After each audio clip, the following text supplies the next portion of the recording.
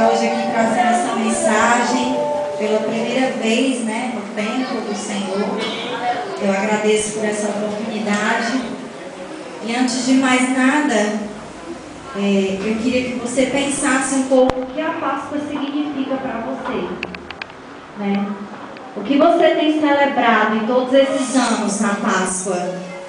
Você tem esperado ano após ano para ganhar um lindo ovo de chocolate, né?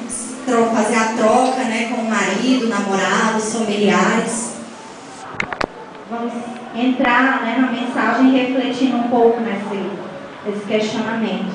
E eu convido os irmãos a abrir a Bíblia em Mateus capítulo 28.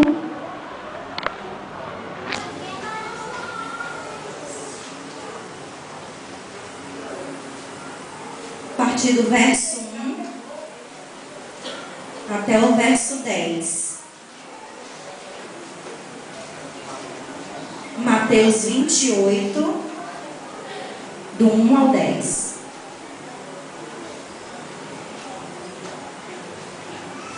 Amém? Amém. A ressurreição de Jesus Cristo. E no fim do sábado, quando já despontava o primeiro dia da semana, Maria Madalena e outra Maria foram ver o sepulcro. E eis que houvera um grande terremoto, porque um anjo do Senhor, descendo do céu, chegou removendo a pedra da porta e sentou-se sobre ela. E o seu aspecto era como um relâmpago, e as suas vestes brancas como a neve. E os guardas, com medo dele, ficaram muito assombrados e como mortos. Mas o anjo, respondendo, disse às mulheres: não tenhais medo, pois eu sei que buscais a Jesus que foi crucificado.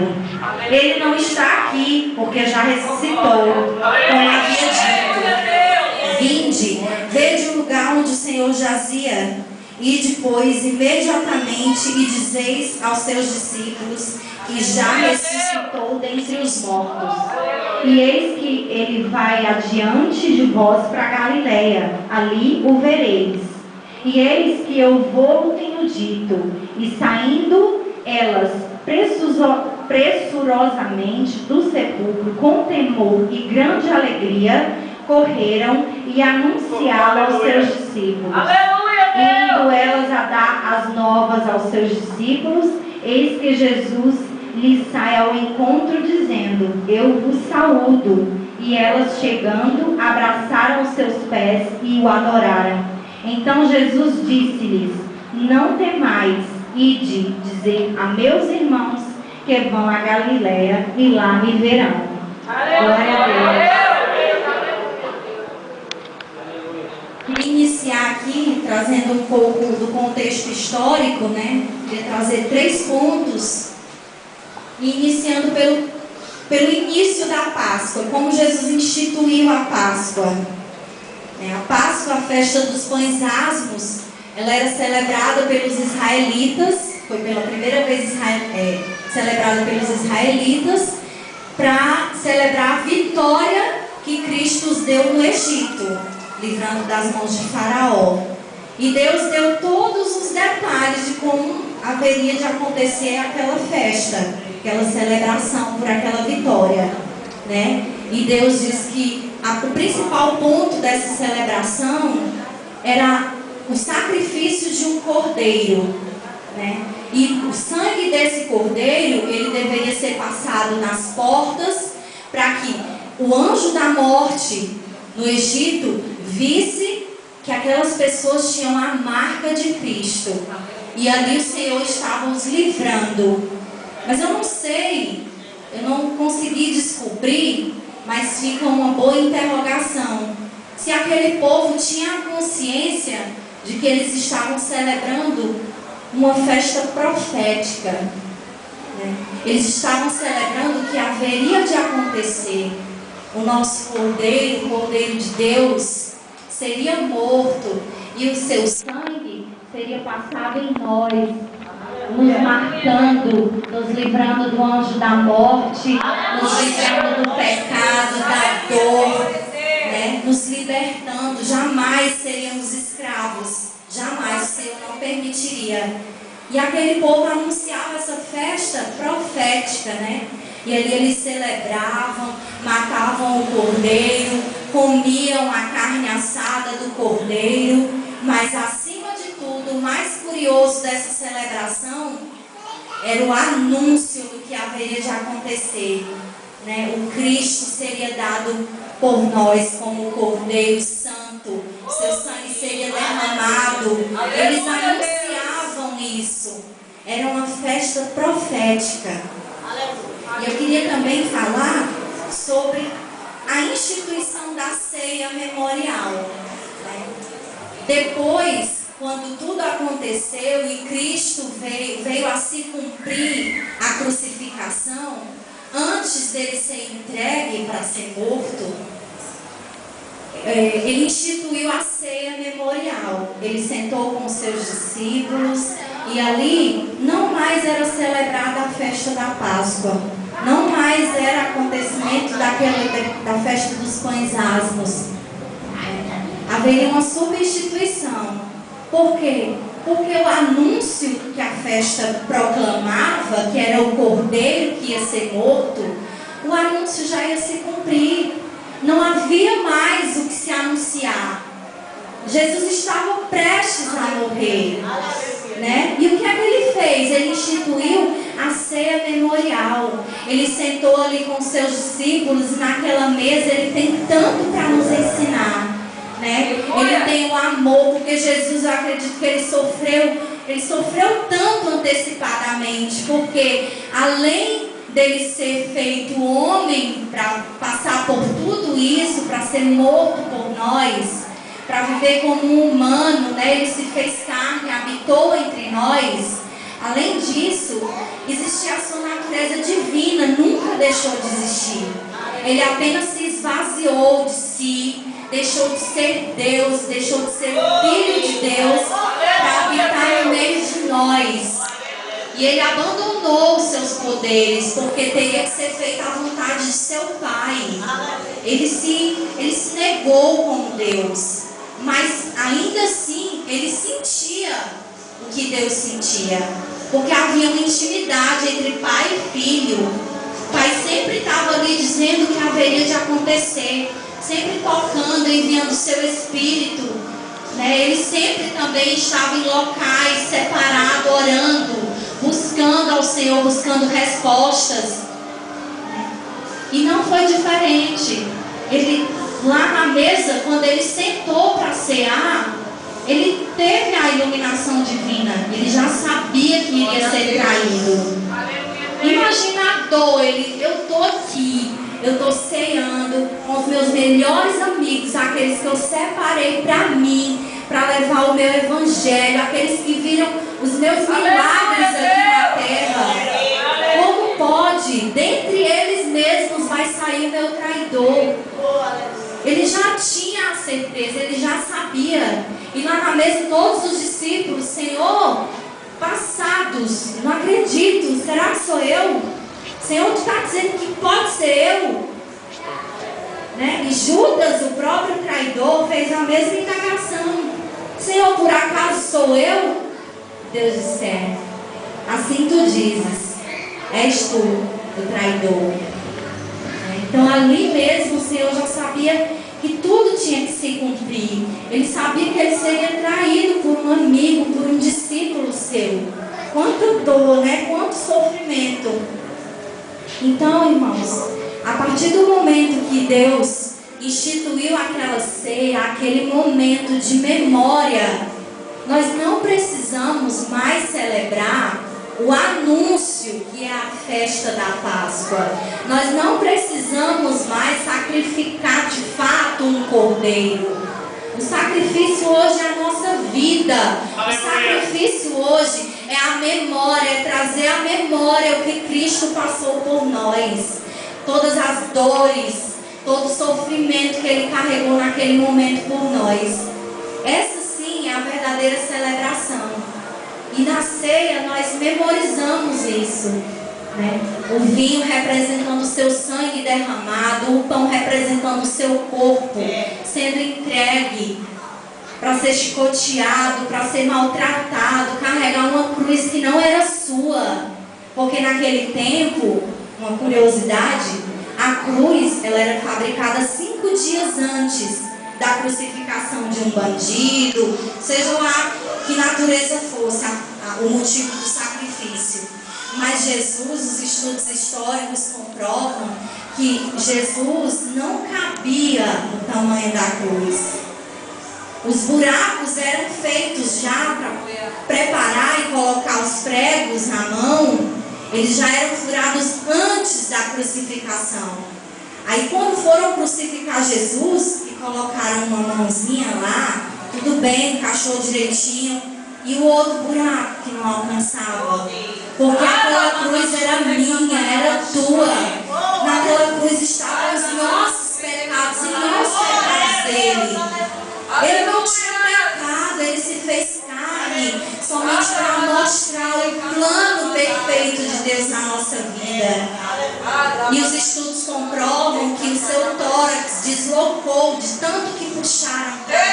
Consegui pregar a outra mão de Cristo na cruz. É a prova real de que aquele momento, naquele instante, ele estava morrendo pensando em mim, pensando em ti, pensando numa nova vida que ele poderia nos dar. Foi toda uma história planejada por Deus, uma história perfeita, um acontecimento marcante, principalmente para nós cristãos que cremos nesse acontecimento, que vivemos essa palavra, que vivemos esse acontecimento até hoje. E pela glória de Deus, nós estamos aqui hoje para memorizar, para celebrar a vida, celebrar a ressurreição. Mas é com grande tristeza que o mundo, infelizmente, sempre vem querendo nos iludir, né? Sempre vem querendo tirar o sentido, né, das comemorações cristãs, da história de Cristo, do verdadeiro sentido das celebrações. Assim como no Natal era para celebrar o nascimento de Cristo, o mundo vem trazendo o lindo Papai Noel cheio de presente. E aí a gente perde o foco e passa o ano esperando também aquela linda celebração de Natal, que a gente vai ganhar um perfume importado, né? E o marido faz as tripas do coração para comprar o melhor presente, a mãe, né? Mas não, esse não é o verdadeiro sentido. E a Páscoa veio do mesmo jeito. Veio sendo substituída pela existência do lindo coelhinho, do meio coelhinho que vem com a cestinha cheia de ovos de chocolate. E a gente celebra essa deliciosa festa, uma festa de chocolate. Lambança, né? Se ganhar 10 ovos, tem que comer os 10 na Páscoa. Mas a gente esquece, a gente se deixa enganar, porque a mídia vem bombardeando com todas as propagandas, né? E vem chegando a Páscoa, e o chocolate está tanto, e tem promoção, né? E os feriados, as viagens, os hotéis. E o que nós temos celebrado? A gente tem entrado nesse engano, a gente tem entrado nessa nova comemoração que o mundo vem trazendo, vem sempre nos afastando da verdade da palavra de Deus. Não confunda, eu não estou aqui dizendo que a história do coelhinho e do chocolate não existe. Existe todo um sentido, essa é a parte cultural do país em que nós vivemos. É uma cultura. O coelho foi trazido pelo norte europeu, né, que ele na primavera ele simbolizava a fertilidade, porque era um animal que reproduz muito, e ele simbolizava a vida nova, a fertilidade, o tempo do povo fazer filho e renovar a casa, a linda primavera. E assim o coelho surgiu na Páscoa. E os ovinhos, eles surgiram pelos chineses, que antes coloriam também a sua primavera pintando ovinho de galinha, pintando ovo de cera, de madeira. Então isso, não me entenda mal. Existe uma coisa chamada cultura, né? A gente pode participar disso. Eu não estou dizendo que crente aqui não pode mais ganhar ovo de chocolate, nem celebrar assim, se deliciando, né? Com os chocolates maravilhosos, né? Não me confundam. Eu só estou falando na questão do nosso foco como cristão. O que nós temos celebrado, o que nós temos anunciado nesse tempo. Não podemos esquecer que além do delicioso chocolate, à frente do delicioso chocolate, há um sentido. Não é apenas um feriado para a gente se descansar, né, ir para uma praia, viajar. Não é apenas isso. Não podemos perder o foco. Temos que anunciar a ressurreição de Cristo. Temos que dizer a toda criatura o que foi feito. Tem muita gente que não sabe. Eu acho que a gente deve até se perguntar assim: meu Deus, é impossível que alguém não saiba, né, que Jesus morreu e ressuscitou. Há tanta gente que não sabe, que não conhece a mensagem da cruz, né, que nesse período se enche das velhas tradições, daquela Páscoa profética que os israelitas faziam. Ai, não podemos comer carne, né? Enquanto estão se alimentando de coisas podres espiritualmente. Não come a carne, come só o peixinho, mas de noite está lá se alimentando do pior pecado que existe. Então, para que tantas tradições, não é verdade? Para que tanto tradicionalismo? Isso não existe mais. Esse jugo Jesus já pagou na cruz. Aleluia! Esse anúncio, meu Deus, todas essas tradições está muito forte. Jesus trouxe a vida, uma nova aliança, um novo tempo para mim e para ti. É desse jeito, Jeová, aleluia! Se soltar de todas essas glória a Deus. Vamos comer uma bela picanha assada agora na Semana Santa. Nada de peixe, certo? Por quê? Porque não adianta. Vamos avaliar o nosso coração. De que adianta eu estar lá todos os dias cumprindo a tradiçãozinha, né, na risca? Aí muitos dizem: ai não bebo uísque, nem cerveja, nem vodka, nem qualquer outra bebida. Só vinho. E tome vinho. E enche a cara de vinho. E faz besteira e peca contra o Senhor. E o vinho? Fica onde? O vinho Jesus instituiu na ceia como memória ao seu sangue derramado. Aleluia! Não para momento de embriaguez. Eu fiz tanto isso, gente. Como eu fiz isso enganosamente?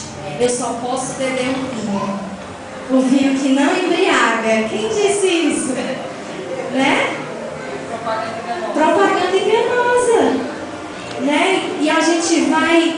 Meu Deus, nas praias, é muito nas forte. praças, né, das casas de praia, e a gente vê, tome uns 5 litros de vinho, dançando e pecando. Misericórdia, eu fiz demais isso. Mas Jesus me lavou com aquele sangue que eu bebia. Jesus, glória a Deus. Aleluia! Que não era aquele sentido. Que muitas vezes eu até vomitava aquele vinho no outro dia. De tanto pecado, de tanto exagerar na comemoração. Que comemoração era aquela? O que era que eu estava celebrando? Um lindo feriado que eu posso encher a cara só com vinho. Nada mais, só o vinho. Né? Então perde o sentido, todo esse tradicionalismo, né? Todos os mercantis vendendo vinho, e pode se embriagar com vinho. Sangue de Jesus. É o sangue de Jesus. Não é o vinho. O vinho é apenas simbólico.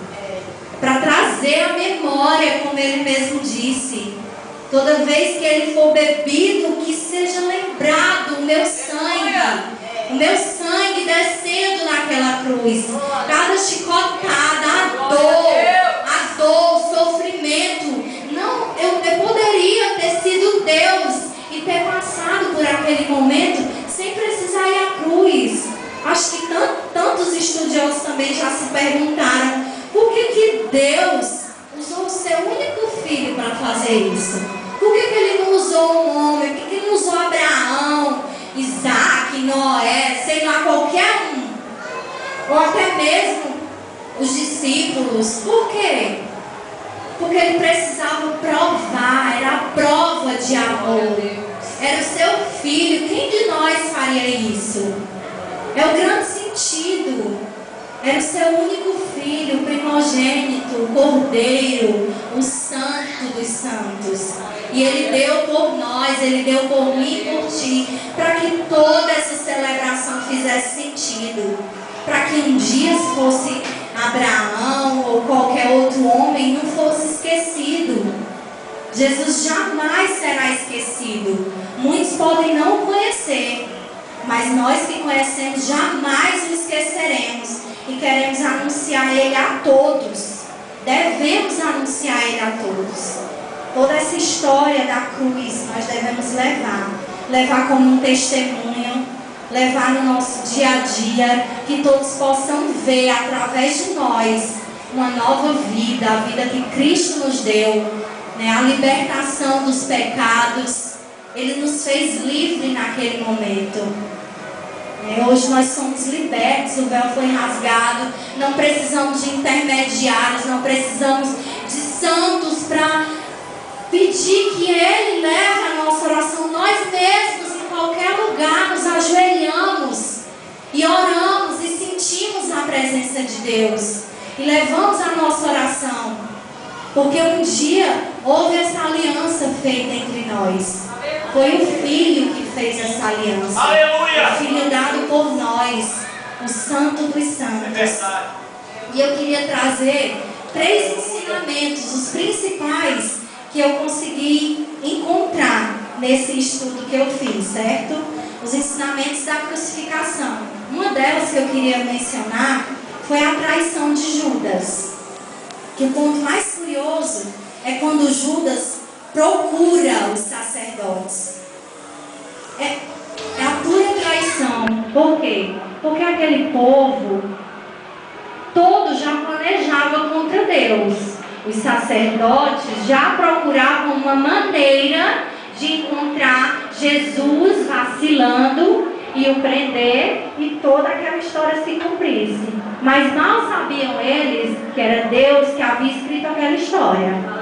Não, eles não podiam mudar nenhuma vírgula, nenhum acontecimento eles poderiam mudar. E Judas procurou os sacerdotes. A Bíblia diz que ele procurou para saber quando ele receberia em troca da vida de Jesus. É muito triste, mas tinha que se cumprir, porque foi Deus quem planejou.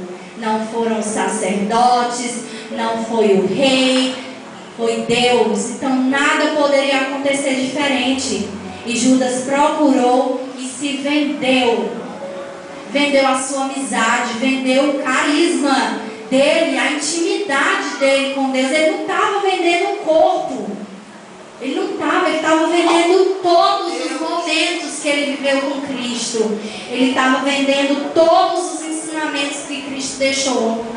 Ele estava vendendo aquele momento na própria ceia entre Deus e os seus maiores amigos. Ele vendeu por 30 pratas. Olha o valor. Eu não sei, não estudei sobre o preço da moeda na época, mas preço nenhum pagaria a vida do nosso Cristo. Dinheiro nenhum pagaria. Nenhum. Mesmo que nesse nosso tempo fosse dada assim toda a riqueza para quem fizesse isso, trazendo para os dias de hoje, não haveria, irmão, nenhum preço pago pelo nosso Cristo que valesse a pena entregá-lo para morrer. Nenhum valor. Eu não consigo avaliar. Eu acredito que ninguém que viva essa intimidade, esse amor de Cristo, essa transformação de Cristo na tua vida, eu acredito que tu não consegue dar um valor em troca à vida dele. Tu não consegue trocá-lo por um carro. Muitas vezes nós até praticamos esses erros, né? Assim como Judas se vendeu ali não só o corpo de Cristo, mas se vendeu toda a sua essência de amigo de Deus, de íntimo de Deus. Nós também às vezes caímos nessa enganação E nos vendemos pelos prazeres do mundo, nos vendemos em troca de um carro, de uma vida de fama. Sentimos mais facilidades em agradar os amigos, sentimos mais facilidade em estar inseridos numa sociedade que aprova todo tipo de comportamento. A gente tem essa facilidade. Irmãos, eu queria que a gente refletisse nisso e não fizesse como Judas. Porque ali era um acontecimento que havia sido profetizado já, que tinha que se cumprir. Mas hoje, a gente não pode mais crucificar Cristo de novo. A gente não pode mais entregar Ele aos homens dessa forma. Como é que a gente entrega escandalizando? Tá aí, zomba do meu Cristo. Quando a gente peca, quando a gente envergonha o Evangelho, a gente entrega Cristo. Assim como aquele povo zombou, deu uma coroa. Tá aí, tu não é o rei do judeu? E deu uma coroa de espinho, porque foi tudo que os judeus deram para ele, espinho, né? Dor, sofrimento, foi tudo que os judeus deram para ele. E aquela cruz simbolizava a ironia, o rei dos judeus. E lá na sua cruz tinha Inri, né? O rei dos judeus. Era tudo zombaria. Se ele fosse o rei dos judeus, como eles diziam, desce daí dessa cruz. Tu não é o rei. Pede que o teu pai te livra. E Jesus calado, todo momento calado. Porque ele sabia, Jesus, eu sei, meu Deus, meu Pai, que tem que se cumprir. Eu estou aqui para cumprir o teu propósito. Jesus não estava preocupado com o que toda aquela sociedade estava pensando. É um fraco, um derrotado. Assim como o mundo julga a gente. Olha, coitado, alienado na igreja. Mas não, meu irmão. Isso tem que se cumprir na minha vida, na tua vida. Jesus mostrou que tinha que se cumprir.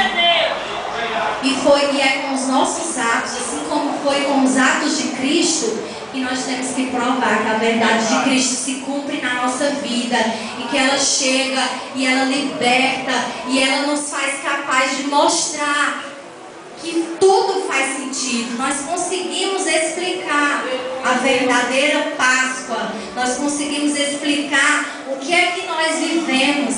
Não é alienação, alienação é o que o mundo prega. Alienação é você achar que tudo pode, que tudo é lícito. E esquece a parte do convém, né? Tudo é lícito. Não lê não o resto do versículo, viu? Não lê não. O mundo não lê não. Tudo é lícito, né? Então alienados são eles. E nós temos que levar essa verdade. Nós temos que alcançá-los com essa verdade de Cristo. De que a verdadeira libertação é você conseguir realmente não fazer aquilo que não é vontade de Deus. É você conseguir fazer somente o que agrada ao Senhor. Aleluia. Fazer somente o que te aproxima de Deus. Praticar somente os ensinamentos de Cristo. Enquanto o mundo inteiro prega a liberdade, nós estamos com o nosso escudo da fé. Né? Nos livrando de todas essas ciladas que o inimigo tem preparado contra nós, né? E Cristo provou que isso era possível. Ele provou, ele foi traído por um dos seus, sofreu calado, mas hoje ele vive. Ele está no meio de nós, ele vive dentro de mim, dentro de você. Ele é o único intermédio entre nós e o Pai. Aleluia. Você pode dar uma glória a Deus por essa vida maravilhosa. Celebrar o Senhor nessa noite. Aleluia. E o outro ponto foi quando Pedro nega a Jesus. Meu Deus, outro amigo de Deus. Alguns estudos dizem que até o melhor amigo de Deus. Porque quando ele foi ao Getsemane, ele levou Pedro. Pedro, ora aí, vigia aí. Jesus era tão humano, ele se fez tanto humano para viver a crucificação, que ele esqueceu. Deus, misericórdia.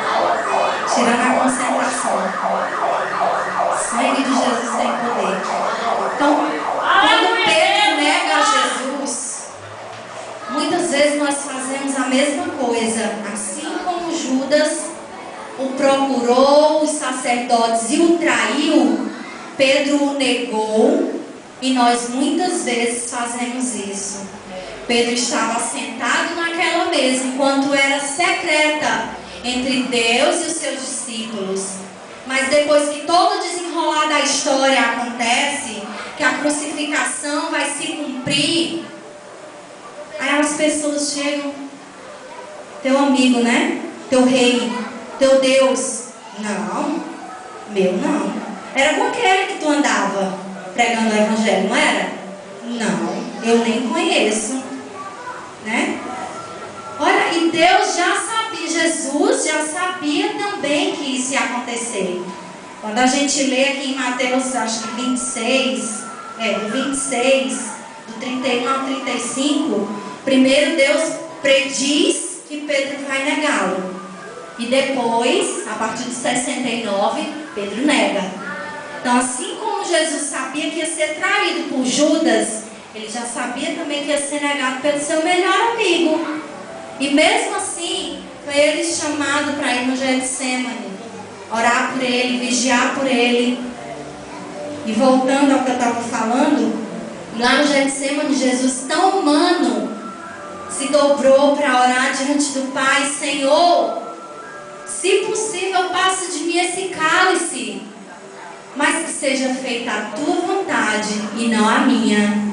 É a prova da humanidade de Cristo. Eu acredito que Jesus naquele momento estava dizendo assim: Senhor, não há outra maneira da gente provar para esse povo a salvação, a vida eterna. Outra maneira, Senhor, meu Pai, Tu és Deus. Imagina Deus ouvindo a súplica do seu filho: meu Deus, me livra dessa morte, porque passa de mim esse cálice. Era o sangue que ia ser derramado.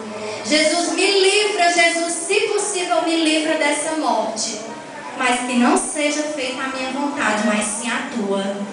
Então, em todos os momentos nós vemos que Deus estava ali como humano e que Ele queria se livrar daquele sofrimento. É verdade. Mas Deus disse não, porque Deus não viu Jesus no Getsemane. Deus viu a mim, viu a você. Você crê nisso? Deus viu você lá ajoelhado. Deus viu você um dia, depois de toda aquela história, Deus já viu você ajoelhado. Jesus, é tanta dor, Senhor. Jesus, me livra. Não é essa a nossa oração? Não é essa cruz que a gente carrega todo dia? Por isso Deus se calou como Pai. Eu acredito que a dor no coração, mas Ele calou. E Jesus orou por 3 vezes a mesma oração. Olha a vontade dele, de que Deus bolasse um plano ali. Não, vamos mudar, meu filho não vai morrer não. Não posso. Não, vamos, né? Ele vai ser açoitado, mas não vai ser morto não. Mas não. Deus calou, e o seu silêncio dizia que essa é a minha vontade, meu filho. Não é a minha vontade que tu quer que se cumpra, pois eu planejei isso. Eu planejei isso por todos os meus filhos, não foi só por ti.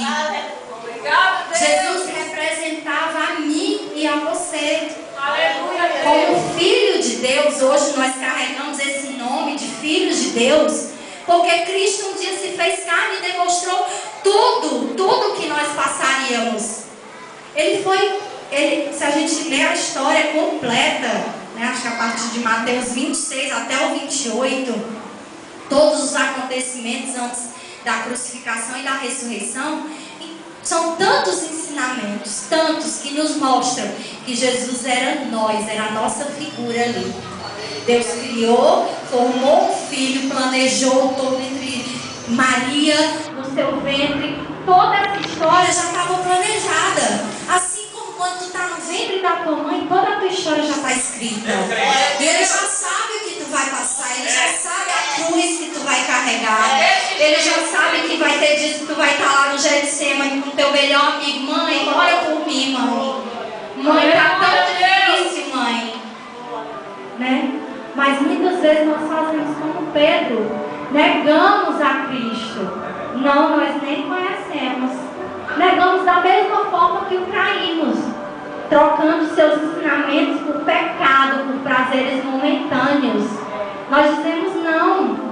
E aí quando nós voltamos para Deus, queremos que Ele nos responda, queremos que Ele nos diga algo, e Deus, caladinho, não, porque tem que se cumprir. A tua vida já foi escrita. Eu já sei cada passo que tu vai. Meu Deus! Está muito forte, Jeová! E aí a gente nega a Cristo. Misericórdia. Não façamos mais isso, irmãos. Eu espero que esse seja um novo tempo, que onde nós estivermos pregando a verdade do Evangelho, era tu, louca, gritando que Jesus vai voltar. Eu mangava tanto de um senhor que andava de ônibus, né? Jesus está voltando, né? No Antônio Bezerra. Ai, que homem louco, meu Deus, misericórdia. Eu mangava tanto dele, né? Mas eu tenho certeza que aquele homem nunca negou.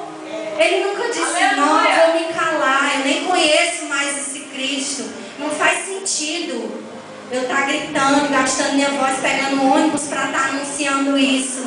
Ele não negou. Que nós não neguemos a Cristo.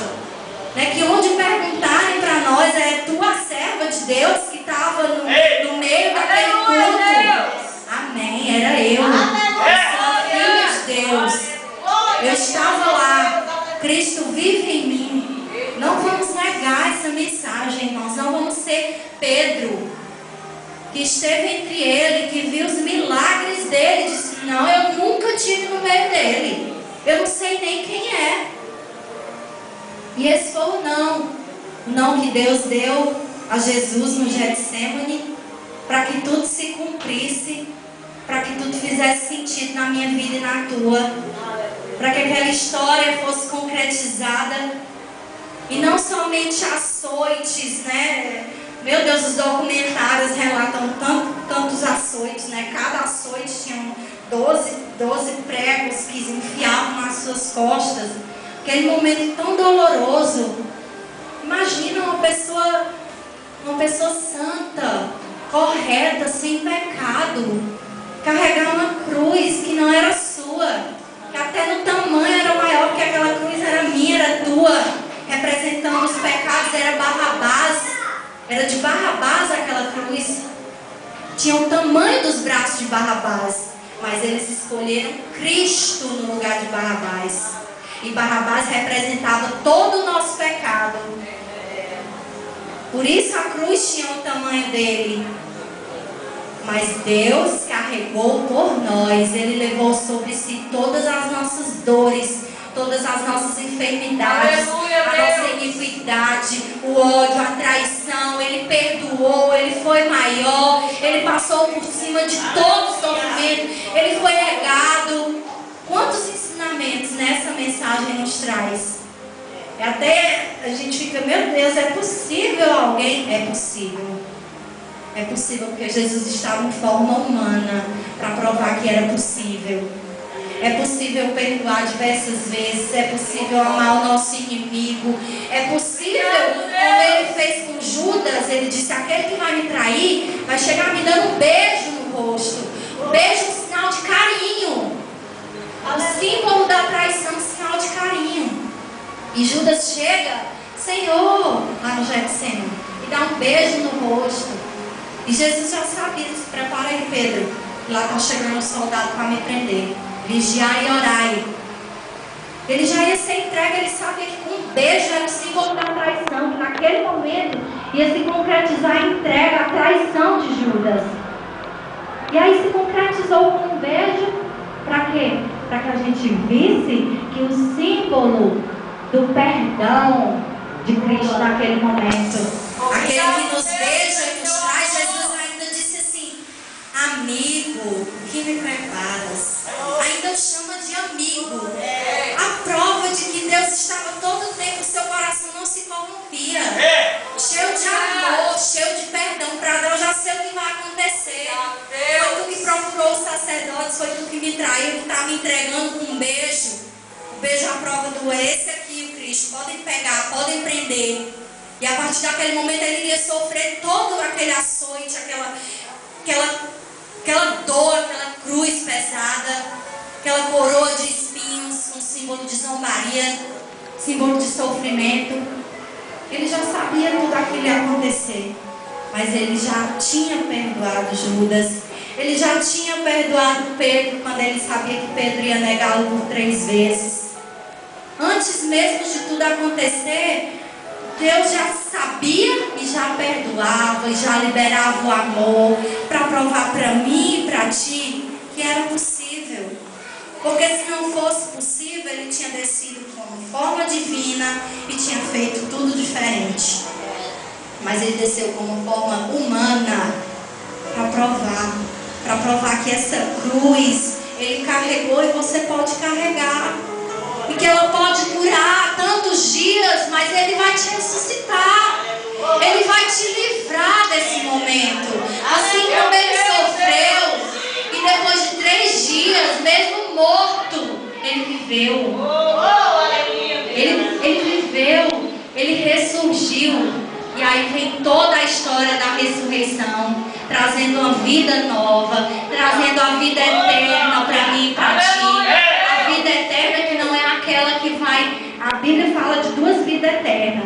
Uma relata aquela que realmente a gente vai viver junto ao Pai, né, sem mancha, lavados totalmente do pecado, purificados. Mas quando ele fala dessa vida eterna na ressurreição, é a vida eterna aqui. Como é isso? É uma vida eterna, liberta do pecado. Onde nós pecamos, mas temos um espírito dentro de nós que ele deixou, que nos mostra que nós podemos nos arrepender. Porque esse pecado não é meu nem teu, é a nossa carne humana. Porque um dia o primeiro homem pecou. A gente carrega esse pecado como um jugo. Senhor, você disse que me perdoa. Se arrependa de coração. Deixe de praticar. Vai, não peques mais. Ressuscite entre os mortos. Os mortos são aqueles que estão presos, levando uma vida escravizada de pecado. Eles estão mortos.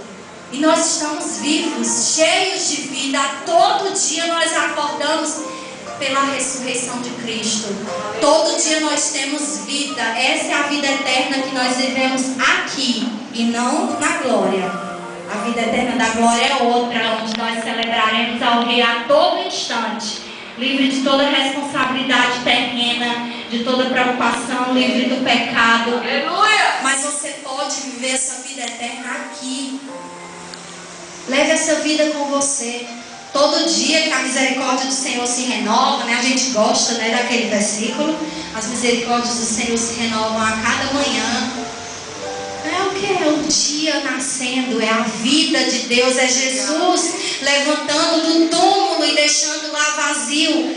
Eu venci aquela dor, sabe, aquela cruz, aquelas imagens, né? Quando você assiste a paixão de Cristo, aquela coisa bem pesada, bem dolorosa.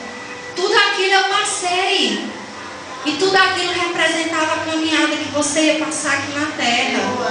Tudo aquilo representava toda dor, todo sofrimento, né? O filho que abandona a mãe com as drogas, né? Vai embora. Jesus fez tudo aquilo para mostrar que era possível. Não esqueça disso. É possível ter uma vida santa, pecar e se arrepender. É possível. Aleluia! É possível ressuscitar no dia seguinte com uma nova oportunidade e ver lá o túmulo vazio, nosso túmulo. Jesus, hoje eu estou levantando e vai ficar só o lençol sujo do pecado. Vai ficar aquele túmulo vazio e eu vou ter uma nova vida. Porque eu sofri, eu pequei, eu estou passando por tudo isso, mas eu posso ter uma vida nova como tu tiveste, para provar para nós que nós temos uma vida eterna diante de Deus. Que você possa viver essa vida eterna hoje. E possamos celebrar a ceia do Senhor a partir de hoje, com esse verdadeiro sentido. Hoje nós teremos a ceia, e para quem, até mesmo para quem era cristão e nunca tinha parado para pensar ou ler na Bíblia ou estudar o verdadeiro significado, Que hoje você possa participar desse momento. Aqueles que não ceiam, mesmo assim, podem viver esse momento de coração, memorizando o que Cristo fez por nós. Que esse pão não é apenas um pão que sacia a fome. Era o corpo de Cristo. Em memória dele que nós fazemos isso. Não é um tradicionalismo que todo primeiro domingo do mês a gente vai fazer isso para comer um pãozinho, tomar um vinho.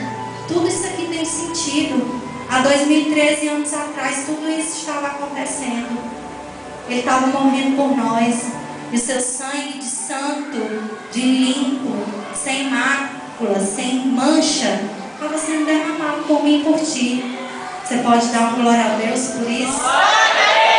Eu espero que o renovo do Senhor possa vir sobre a tua vida nessa noite.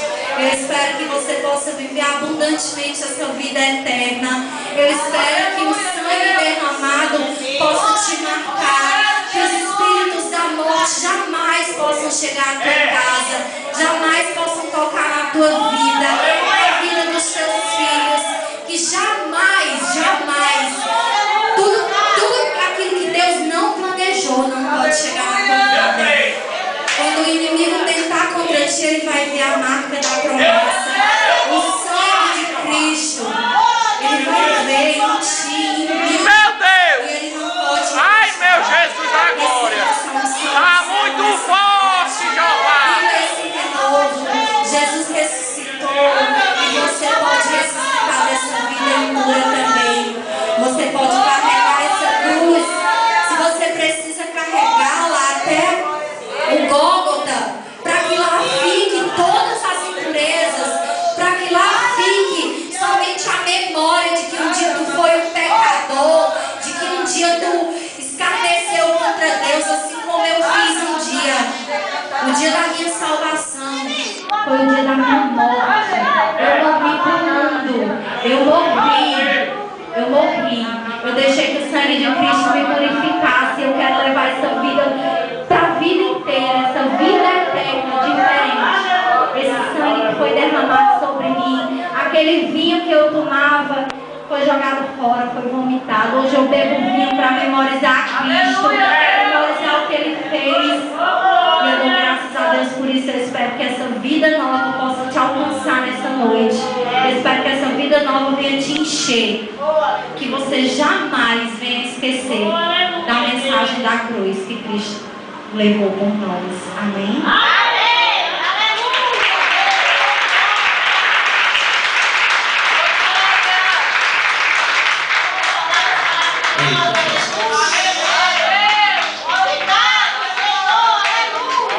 Você guardou, irmãos, essa palavra?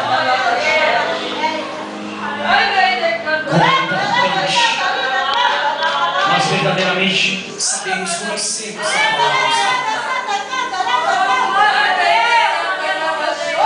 Jesus Cristo é um canal entre nós, irmãos, e os céus. É um canal. E nós estamos lutando para isso, para alcançar. Não deixa essa marca do Cordeiro sair da tua vida, pelo contrário. Deixa essa marca sendo manifesta na tua vida para a glória de Deus. Amém, queridos? Convido vocês a ficarmos de pé nessa noite. Louvado seja o Senhor. Você tem um hino para louvar, né?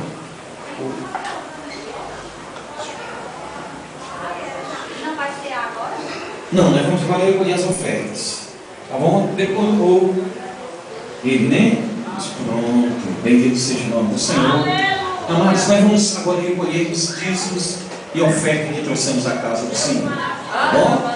E enquanto isso, eu convido aqui os diáconos aqui para recolher as ofertas. A irmã está aí, né? Pronto, a irmã está aqui as duas obreiras. Pronto, os diáconos para daqui a pouco. Eu peço os diáconos nessa hora que vão lavar as mãos, que logo após nós vamos na ceia do Senhor. Bom, pastor Aldair, eu, quanto vai ser, você vem ofertar na casa do Senhor, contribuir com dízimos e ofertas, nós vamos ali lavarmos a nossa mão, vamos partir o pão e dar santa ceia do Senhor na noite desse dia. Querido Deus e bendito Pai, consagramos, Pai, nessa noite os dízimos, as ofertas, porque é da nossa consciência, Senhor, em contribuirmos, Pai, para com a necessidade da Tua casa. A Tua palavra declara que Tu amas, Senhor, aquele que dá, Senhor, com alegria. Abençoa, Pai, cada um dos Teus filhos que vão ofertar, que vão contribuir.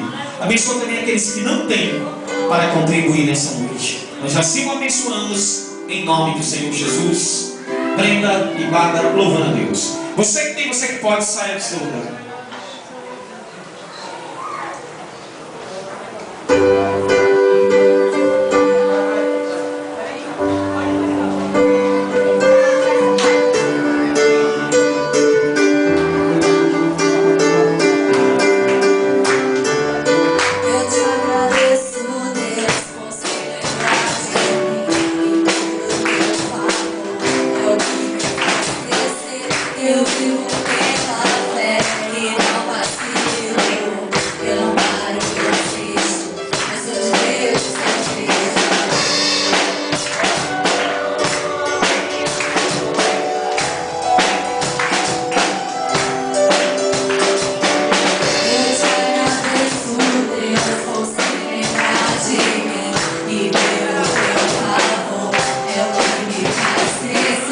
Eu vivo pela fé e não vacilo.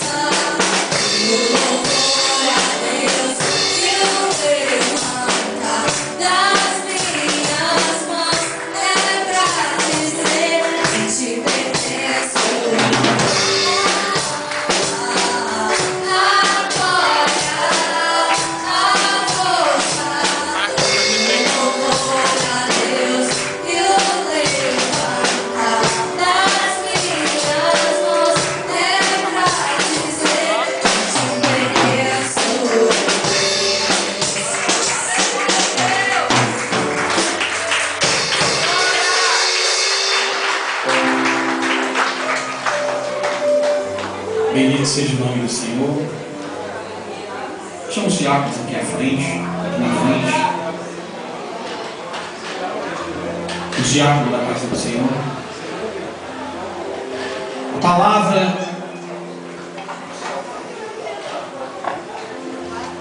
A palavra do Senhor está escrita no livro de 1 Coríntios, capítulo 11. E o versículo 23, o apóstolo Paulo teve uma revelação de Deus. E nessa revelação o Senhor lhe deu uma instrução como ele iria realizar a ceia do Senhor daquele dia em diante. Ele declarando diz: porque eu recebi do Senhor o que eu também vos entreguei. Que o Senhor Jesus, na noite que foi traído, ele tomou o pão. E tendo dado graças, o partiu e disse: isto é o meu corpo, que é dado por vós. Fazei isto em memória de mim. Por semelhante modo, depois de haver ceado, tomou o cálice, dizendo: este é o cálice, é a nova aliança do meu sangue. Fazeis todas as vezes que o beberdes, em memória de mim. Porque todas as vezes que comerdes este pão e beber o cálice, anunciai a morte do Senhor até que ele venha. Por isso, aquele que come o pão ou bebe o cálice do Senhor indignamente será réu ou será culpado do corpo e do sangue do Senhor. Examine-se, pois, o homem a si mesmo, e assim coma do pão e beba do cálice. Pois quem come e bebe sem discernir o corpo, come e bebe em juízo para si. Eis a razão, porque há entre vós muitos fracos, e muitos que estão doentes, e muitos que dormem. Porque se julgássemos a nós mesmos, nós não seríamos julgados. Mas quando nós somos julgados, nós somos disciplinados pelo Senhor para não sermos condenados com o mundo. Irmãos, quando vocês se reunirem para comer, esperem uns pelos outros. Palavra de salvação. Queridos, a Bárbara não deu essa ideia, né, de realizarmos, anteciparmos a Santa Ceia, fazendo nesse último domingo. E de bom grado, eu acolhi. Estamos aqui realizando a Santa Ceia do Senhor, e de um modo diferente, né? Porque nós queremos sempre assim, estar renovados pela palavra do Senhor e trazendo coisas novas, porque assim a Bíblia nos ensina. E essa noite, eu sei que não estou aqui para te julgar. Quem sou eu para te julgar? O teu maior juiz é a tua consciência. E vamos nessa noite participarmos. Você sabe o que você viu, você sabe o que você olhou, você sabe o que você guardou, você sabe o que você memorizou de bem ou de mal, você sabe o que está dentro de você.